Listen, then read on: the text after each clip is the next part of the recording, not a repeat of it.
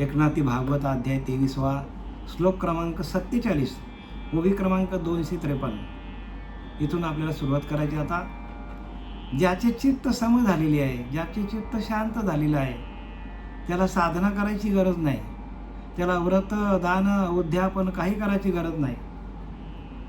आणि म्हणून ज्या वेळेला तुकाराम महाराज त्यांच्या काळामध्ये, तुकाराम महाराजांच्या त्या कालावधीमध्ये देऊगावमध्ये ज्यावेळेला तुकाराम महाराज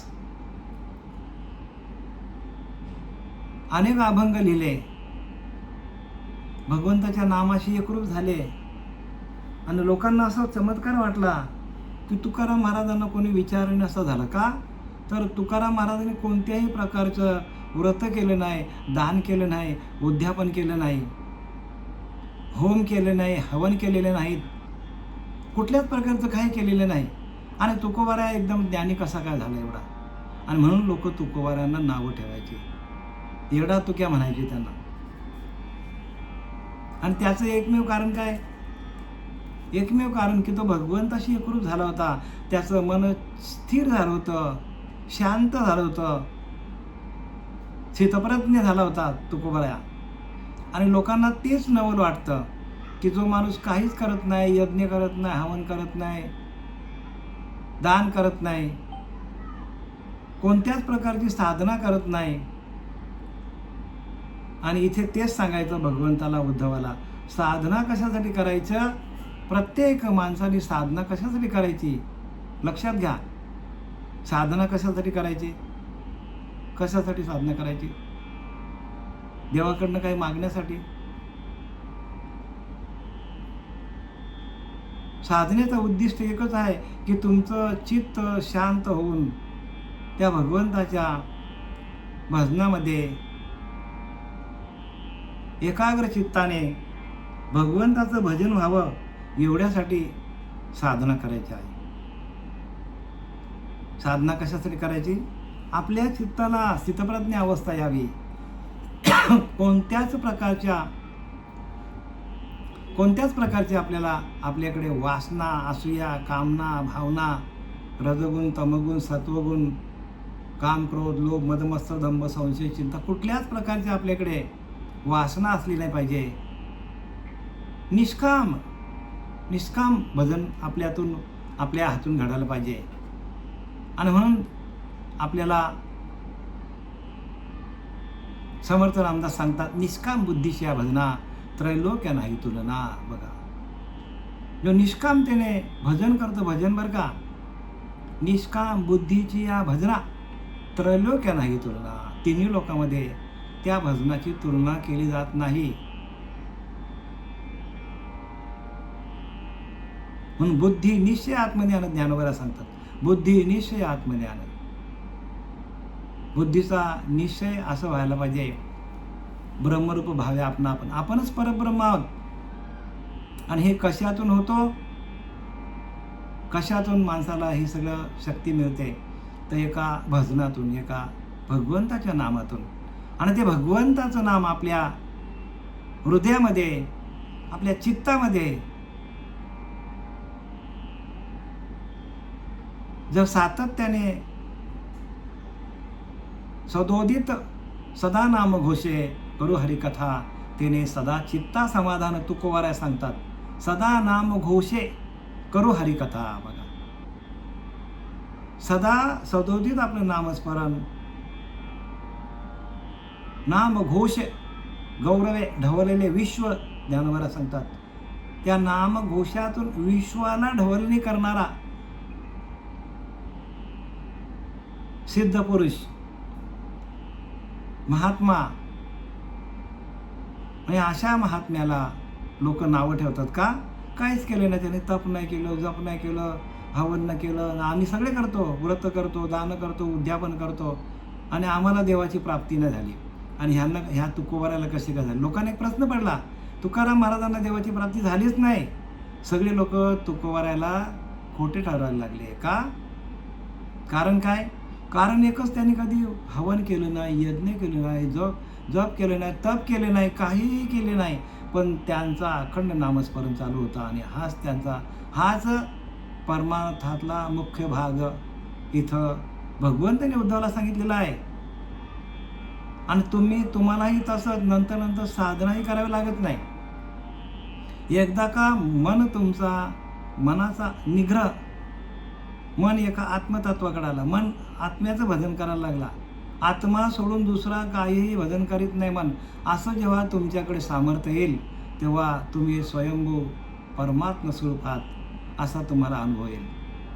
आत्म्या व्यतिरिक्त जगामध्ये दुसरं काही नाही. सर्वा घटी राम देहादेही कशाला लिहिले ते? जीवात्मा, शिवात्मा, सर्वात्मा, विश्वात्मा, विश्वा चालू तो विश्वात्मा, अवघे मिळून एकच आत्मा, असा अनुभव येणं. आणि त्या अनुभवाची प्रचिती आल्यानंतर कोणत्याच प्रकारची साधना करण्याची गरज नाही. आपण आता ओवीकडे बोलूया.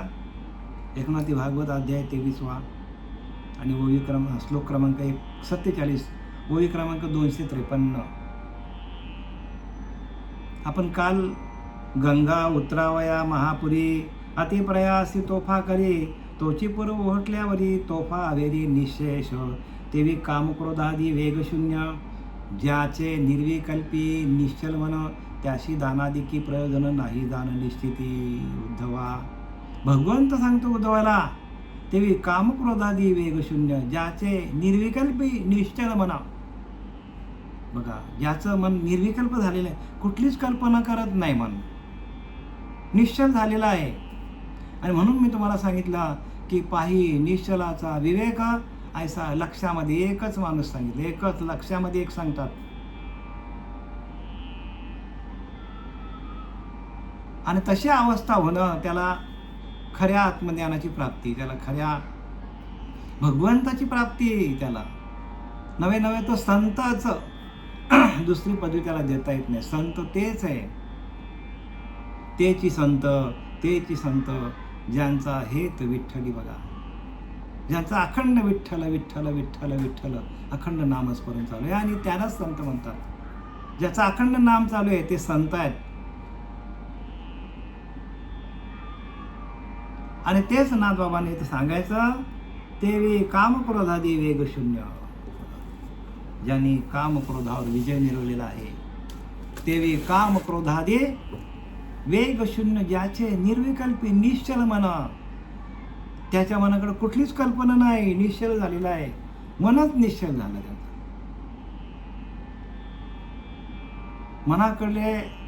मनाकडे येणाऱ्या सर्व कल्पना बंद झाल्या आणि एकच भगवंताचं नामस्मरण, अखंड चिंतन विठोबाचं चालू झालं.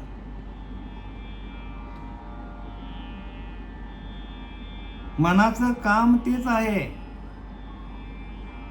संकल्प विकल्प तयार करणं. आणि त्या संकल्प विकल्प आपल्याकडे थांबल्यानंतर आपल्याकडे जी शुद्ध स्वरूप आपल्या आतून बाहेर पडतं, आणि ते परमात्मा स्वरूप शुद्ध, बरं का, शुद्ध स्वरूपाची आपल्याला ओळख होते. पण कधी आपल्याकडे कल्पना नसतील तर, आणि आपण तर, मी काल तुम्हाला सांगितलं की एका तासामध्ये कोटी वेळा सृष्टी होती जाती तोची एक. कोटी वेळा सृष्टी प्रत्येक माणसाच्या मनाकडे निर्माण होतात आणि मोडून पण टाकतात माणसं. असे कितीतरी संकल्प विकल्प एका सेकंदाला माणूस संकल्प विकल्प तयार करतो आणि मोडून पण टाकतो.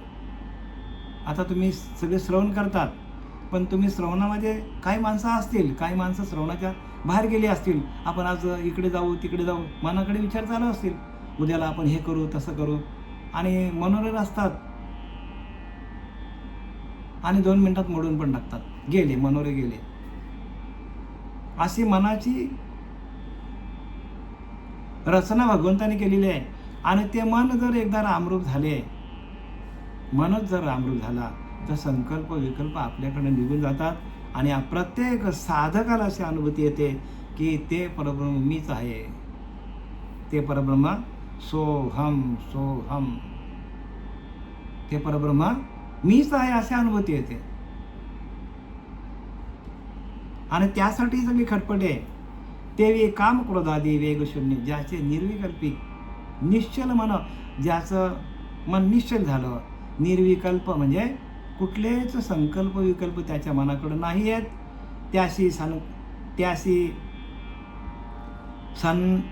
त्याशी दानादी की प्रयोजन नाही जाण निश्चिती. त्याला दान करण्याची गरज नाही, हवन करण्याची गरज नाही, यज्ञ करण्याची गरज नाही, कुठलेच काहीच करायची गरज नाही. म्हणजे सर्व दानांचे, सर्व व्रत वैकल्य, जप तप या सगळ्यांचं फल काय तर मनाला निग्रह करणे, मन निग्रही करणे म्हणजे मनोनिग्रह.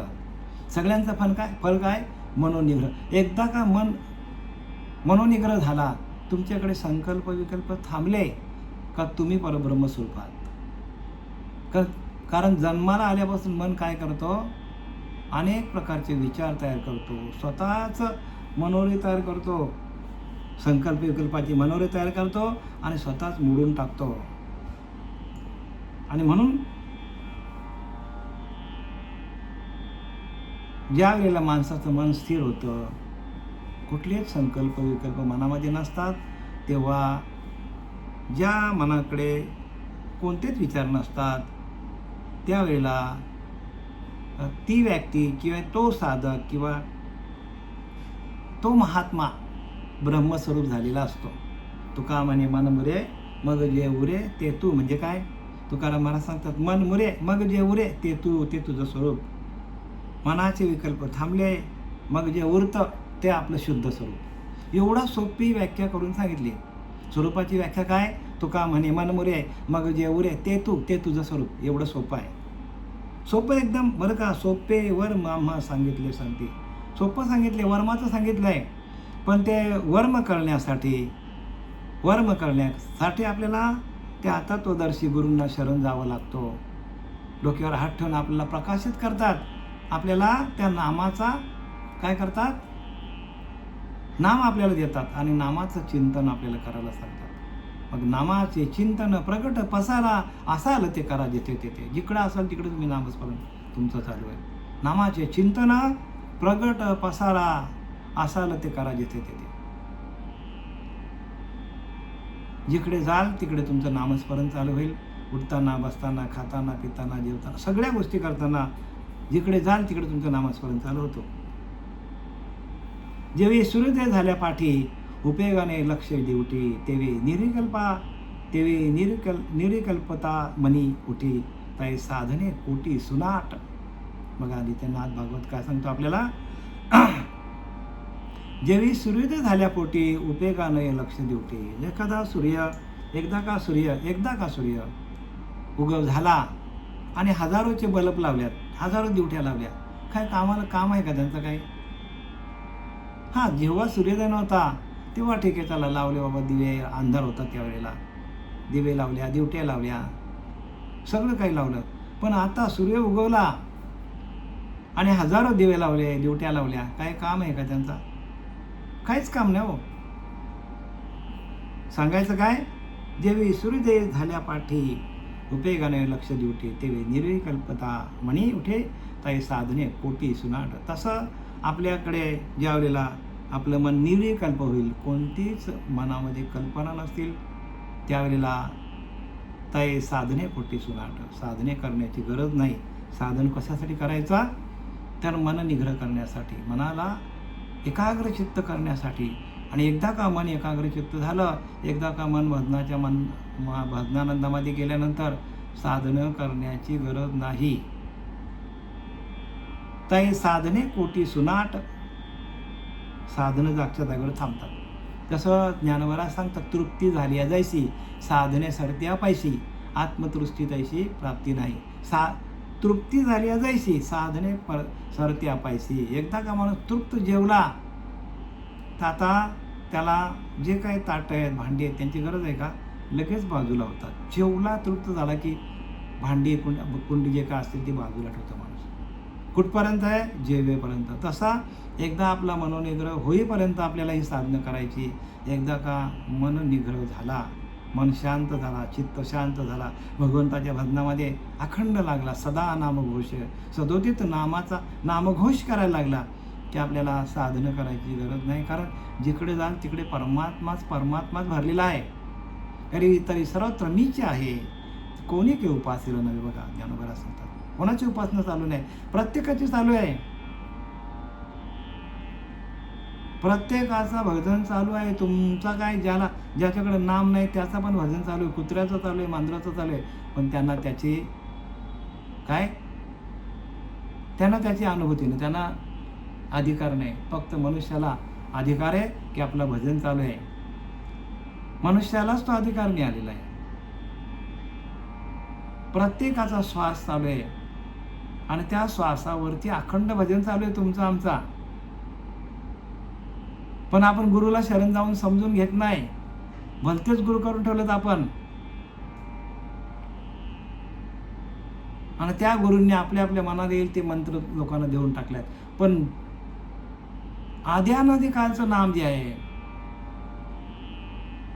सनातन पद्धतीमध्ये जे नाम आहे ते नाम कोणी देत नाही. आणि ते नाम आपल्या हातात, आपले श्रीपाद बाबा, रामदास बाबा, नारायण बाबा, नाना बाबा, पांडुरंग देवगिरी बाबा यांच्या कृपादृष्टीतून आपल्याला ते प्राप्त झाले. त्यांची कृपादृष्टीने हा लिहिले आणि आपल्या पदी बैसविले. स्वतःच्या पदावर त्यांनी बसवलं आपल्याला. का? कृपा केली त्यांनी, कृपा कटाक्षाने हा लिहिले आपल्या पदी बैसविले.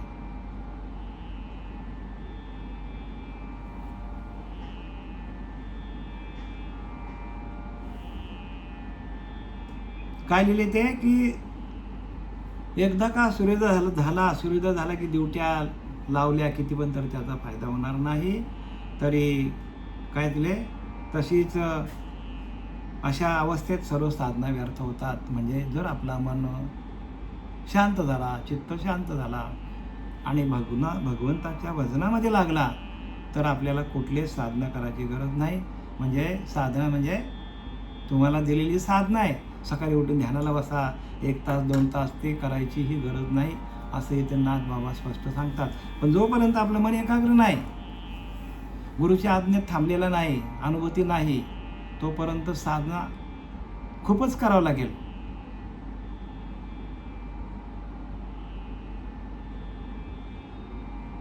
जेव्हा वेळ मिळेल तेव्हा साधना करावी लागेल मनोनिग्रहासाठी. एकदा का मनोनिग्रह झाला की तृप्ती झाली आहे, जशी साधने सरते अपयशी. बघा, एकदा तृप्त झाला की जशी तिचे साधना बाजूला होतात, तसा आपल्याला मनोनिग्रह झाला की आपलं साधना आपली करण्याची गरज लागत नाही. एवं समाहित ज्याचे मन त्याशी दानादी नाना साधन कराव्या नाही प्रयोजन कल्पना पूर्ण निमाल्या. एवं समाहित ज्याचे मन म्हणजे आता काय सांगतात की ज्याचं चित्त शांत झालं, त्याच्या कल्पना संपूर्ण लीन होतात. लीन म्हणजे मुरल्या जातात, कल्पना येत नाही मनामध्ये. कारण चित्त शुद्ध झालं, चित्त शांत झालं की मनाच्या कल्पना, बघा ना तुम्ही आता विचार करा, मी तुम्हाला अनुभवाचा सांगतो. ज्या वेळेला आपलं मन एकाग्र चित्त होतो, कुठलेच विचार मनामध्ये नसतात, कुठलेच विचार, त्यावेळेला आपण एकाग्र चित्त होतो. आणि एकदा का एकाग्र चित्त झाल्यानंतर आपल्याकडे शांती आपोआपच येते. जसं पाण्यावरची लाटा आहेत, तोपर्यंत आपल्याला तळाचं दिसत नाही. का? आता हवा आहे म्हणून. पण एकदा का हवा थांबली आणि पाणी शांत झाला तर खालच्या तळापर्यंत आपल्याला दिसतो. तसं आपल्याकडे जोपर्यंत विचार चालू आहेत मनाकडे, ध्यानाला बसले आपण सगळीकडे गोल गोल फिरतो, ह्याचे विचार येतात, त्याचे विचार येतात, काय विचार मनामध्ये असतात, प्रपंचाचे काय, धंद्याचे काय असतात, विषयांचे विचार काय असतात. आणि ज्या वेळेला आपल्याकडे कुठलेच विचार नसतील त्यावेळेला आपलं मन एकाग्र चित्त होतं, शांत होतं. आणि शांत झाला की शांत मनाकडे सम स्थिती येते. परमात्मा सगळीकडे सम आहे. परमात्मा कसा आहे? सगळीकडे सम आहे, सारखा आहे. आणि तसं आपलं मन शांत होतं. आणि एकदा का चित्त शांत झालेस तर समबुद्धी घेता समान श्रीहरी, समदमावरी हरी झालं. म्हणजे समबुद्धी घेता समान श्री बघा, समान होतो आपलं चित्त, शांत होतो. किंवा समचरण दृष्टी विटेवर साजरी, तेथे हरी माझी वृत्ती राहावं. तुकोबारा देवाला पहिल्याच तुकोबारांच्या गाथेमध्ये तुकाराम महाराज देवाला पहिल्यांदाच विनंती करतात की समचरण, पहिलाच बरं का, पहिलाच अभंग आहे. 4,500 अभंग लिहिले तुकाराम महाराज, बरेच लिहिले, पण त्यापैकी 4,500 राहिले आपल्या हातात मिळाले. पण त्यातील पहिला अभंग सांगतो समचरण दृष्टी विटेवर साजरी. म्हणजे तुकाराम महाराज सांगतात की ज्या वेळेला माझी दृष्टी सम होते. समचरण म्हणजे काय? जो आपले श्वास आहेत, इडा पिंगला नाडी आहेत, त्या इडा पिंगला नाडी, आपल्या इडा आणि पिंगला नाडी ज्या वेळेला सम होतात, सारख्या चालायला लागतात, दोन्ही नाड्या सारख्या चालायला लागतात, तेव्हा आपल्यामध्ये सुषुम्ना नाडी चालू होते. आणि तुकोबारा सांगतात समचरण दृष्टी विटेवर साजरी, तेव्हा आपल्याकडे विवेक निर्माण होतो. आणि तेथे हरी माझी वृत्ती राहावी, आणि भगवंता माझी वृत्ती तेथेच लीन व्हावी. कुठे? त्या इडा पिंगला आणि सुषुम्ना नाडीमध्येच माझं मन रत होवो. भगवंताचं सदोदित चिंतन करो. चिंतन हेच बरं का, इडा पिंगला आणि सुषुम्ना हे सगळ्यात महत्त्वाचं चिंतन आहे. आणि हे चिंतन जर, ह्या चिंतनाची आपल्याला जर गोडी लागली तर भगवंताची गोडी लागली समजायचं. बाकी आपण जगामध्ये काहीही केलं, काहीही आपण सगळं केलं, जप केलं, तप केलं, हवन केलं, तरी त्याला तेवढी किंमत नाही. पण एवढी किंमत इडा पिंगला आणि सुषुम्ना नाडीमध्ये रत होणं आणि त्याचं भजन करणं सगळ्यात सगळ्यात महत्त्वाचं बरं का, सगळ्यात महत्त्वाची भक्ती आहे. भगवंताला तेच आवडतं. भगवंताला काय आवडतं? आवडे देवाशी तो एका प्रकार नामाचा उच्चार, रात्रंदिवस नामाचा उच्चार, दुसरं काही भगवंताला आवडत नाही. एवम समाहित ज्याचे मन, ज्याचं मन सम झालेलं आहे,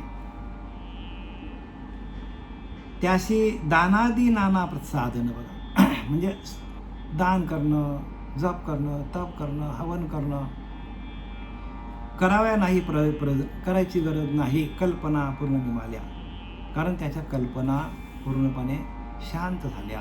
म्हणून कल्पना जै सांडे तैची गा संन्यास योग घडे. बघा, आपण संन्यासी कोणाला समजतो? ज्याने भगवे कपडे घातल्यात, दाढ्या मिश्या वाढवल्यात, जटा वाढवल्यात, भस्म लावले सगळ्या अंगाला, तो संन्यासी नाही. कल्पना जै सांडे तैची गा संन्यासी योग घडे. तो संन्यासी ज्याच्या कल्पना संपूर्णपणे निमाल्या आहेत. कल्पना थांबल्या, कुठल्याच कल्पना त्याच्याकडे नाही. फक्त एकच भगवंताचं भजन अखंड चालू राहणं आणि एका भगवंताशी एकरूप होणं, एका भगवंताचं नामस्मरण सातत्यानं घेत राहणं. जर आपण ते घेत राहिलो तर आपल्याकडे येणाऱ्या कल्पना आपोआपच बाजूला होतात. कारण मूळ संकल्प आहे हरिसंकल्प. हरीला प्राप्त करणं हा मूळ संकल्प आहे. आणि ज्या बाकी ज्या आहेत त्या कल्पना आपल्या आहेत. आणि तो संकल्प आपण जर धरला, भगवंताला प्राप्त करण्याचा संकल्प आपण आपल्या मनाकडे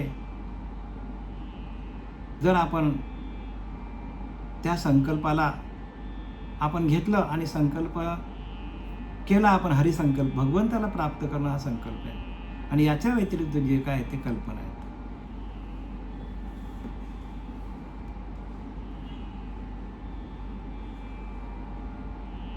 ज्याचे नेम व मनी चित्त ते सदा विवेक रहित. जे अनिवार्य विषयासक्त त्याशी अनुपयुक्त साधने.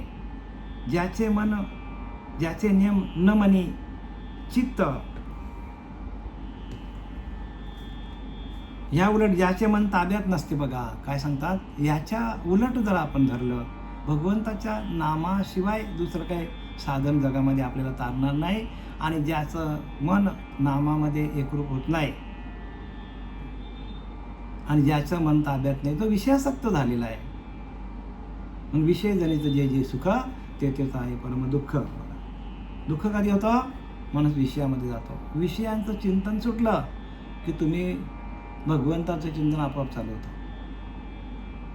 म्हणून या उलट जे विषयांचं चिंतन करतात त्यांचा मन ताब्यात नसतो, आणि ज्याचं मन ताब्यात नाही तो इंद्रियांवर विजय मिळवू शकत नाही.